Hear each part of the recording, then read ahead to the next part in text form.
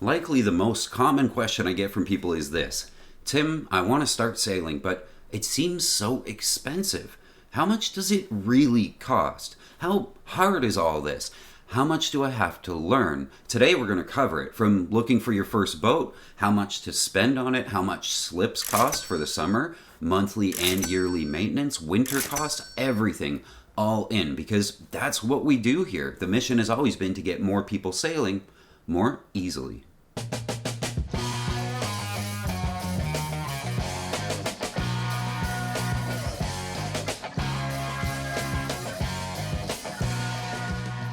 First, and my biggest beef with sailing since I bought my own boat many, many years ago, is that people think it's expensive or elitist. It's not. Old rich people want you to think it is so that it can be exclusive, like it used to be, just for the old rich people. And I hate that. Maybe I'm an anarchist at heart, but sailing belongs to all of us, and all of us can do it. Second, we're going to be talking about keel boats today. Anyone and everyone who wants to learn to sail without any other help, like a buddy with a boat, should just buy a sailing dinghy, like a Sunfish or a Laser, right now. Hook it up to your car and go learn to use it. Watch some YouTube videos to get out safely on a lake with less than 10 knots of wind and figure it out. Then do it in 15 knots of wind. Then do it in 20. But the next step above that is a keel boat. One step up from a sailing dinghy, and that's what we're doing here. We're going to buy a keel boat. And a keel boat is a big step, and what will give you the ability to say that I own a sailboat. It'll make you a sailor, because owning one is kind of a big deal. You need to find somewhere to keep it every single day, 365 days a year, summer or winter. You'll be responsible to make sure it floats, make sure the engine works, the sails work. Owning a keelboat is kind of a big job, but you can do it. I had to pick a city to represent you, the person who wants to own a sailboat, and any city would do, so I just picked one. I picked Oriental, North Carolina. This can represent any city in North America, though, so just replace it with your city if you want to.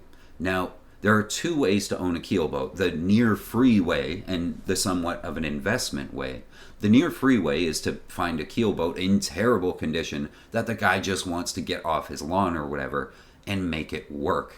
I've done this and it sucks most of the time, but you can do it if you're super handy and you're willing to do the work.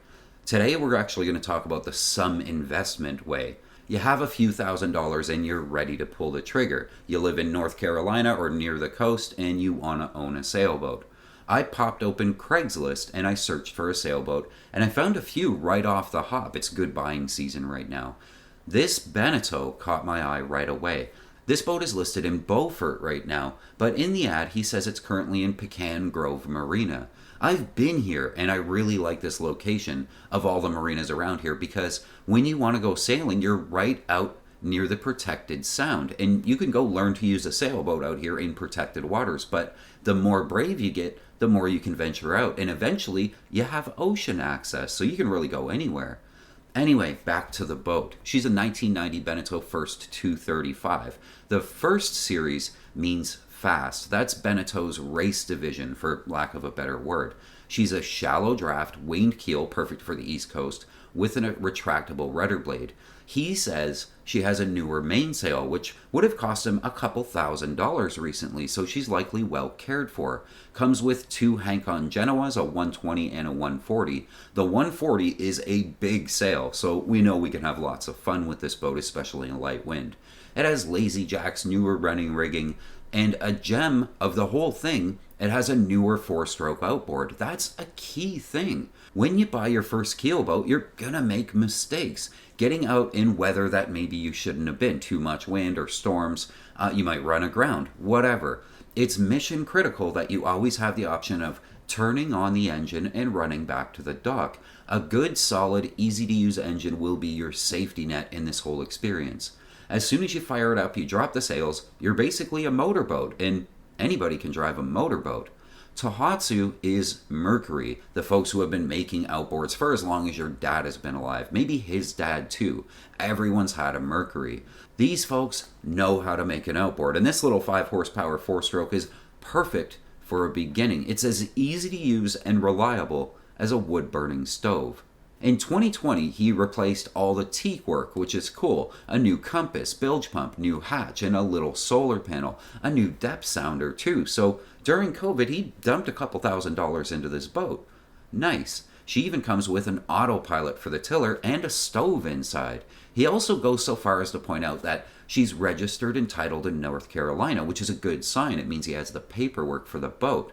Those are all good things. So now the bad. She's sitting on jack stands in this picture, so no trailer, no cradle. This means that when we haul it out for the winter, we need to do it at a facility that's capable of putting it up on jack stands again. Or we need to go find and buy a cradle or a trailer. Not the end of the world. I can live with that, but what I may not want to live with are the hank-on head sails, the 120 and the 140 he's talking about. Most keel boats have a roller furling for the head sail, so you can deploy it and roll it back up in seconds by just pulling on a line from the cockpit where you'll be driving. When you're sailing alone or learning to sail, dealing with a hank-on head sail instead of a furling is a pain in the butt. This is likely why he has an autopilot installed in the first place. You have to go up on deck, drag the sail up there with you, take it out of the bag, sort out which end is which, attach the tack to the bottom, attach the sheets, attach the halyard, hank the sail on with its clips to the forestay, and then hoist it, all while somehow the boat stays generally pointed into the wind. As soon as the sail is up, even halfway though, the wind will catch the sail and the boat will more than likely turn off the wind, fill the sail with air, heel over, and take off like a bat out of hell, and you'll have to run back to the tiller to regain control. And if all that wasn't heroic enough, just wait till you want to take that sail down. You got to point upwind again, set the autopilot, run up, grab the halyard off the mast cleat, sort of bend the halyard around something on the mast so that you can take it with you up forward. So as you lower the sail with one hand, you can guide it to the deck with the other hand so it doesn't get wet. The last thing you want to do is let the sail touch the water because that's what rots sails, getting put away wet. As you guide the sail down to the deck, not allowing it to go overboard into the water, a wave will hit the bow and the boat will veer off course and the wind fills the half taken down sail again. It's a big pain and sometimes downright unsafe. I remember my second keel boat, a CNC 25 with a Hank-on 140 Genoa like this boat has. A storm rolled in out of nowhere, and while I was headed back to port, the storm caught me. I was alone on the boat. I set the tiller pilot and headed up to take the head sail down, and the wind caught it just right, and overboard into the water she went. 30-knot gusts kept grabbing the sail, now soaking wet, and the boat careened off course. The autopilot couldn't keep up anymore. I came in with a now ripped 140 head sail, half in the water, completely ruined from all the rips in it, 30 knots of breeze on the stern with a reefed main still up, careening down waves at well over 10 knots of boat speed. It was a heck of a day, and an experience I credit a lot with the seamanship that I have now. It's burned into my memory forever, and I immediately installed a furling to the head sail after that experience. When things got crazy with the furling, I could pull a line and roll the head sail up halfway or all the way by myself, and it was a much safer experience.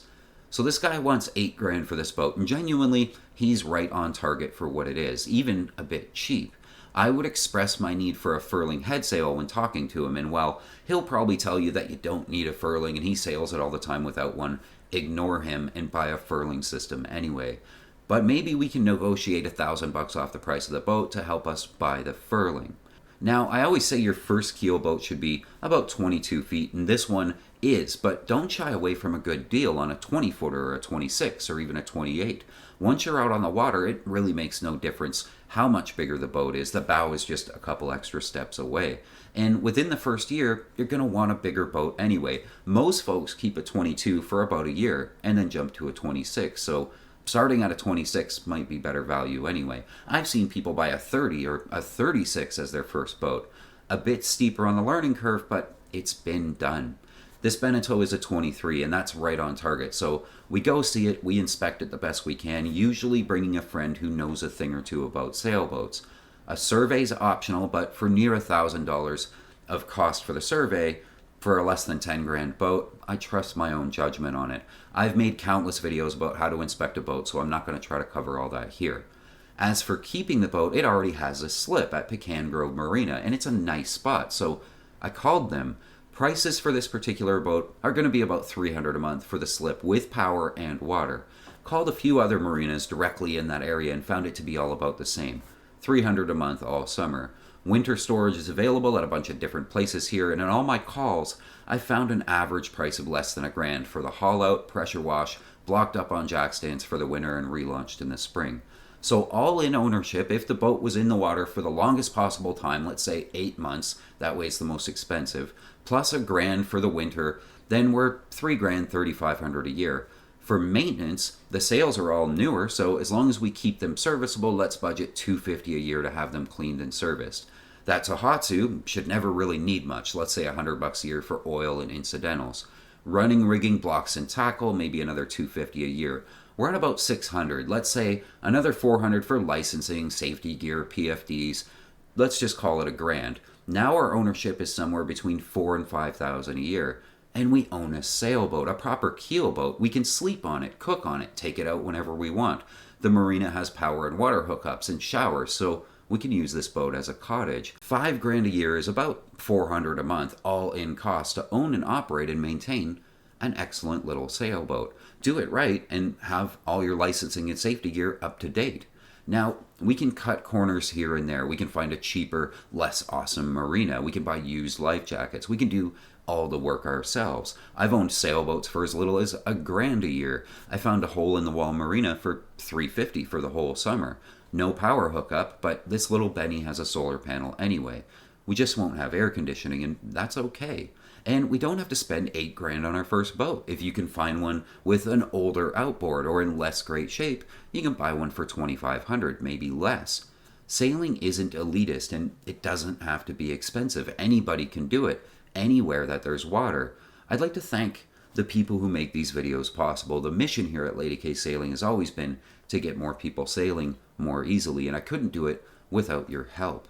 A big thank you to the patrons who give as little as a couple of bucks an episode to make it all possible.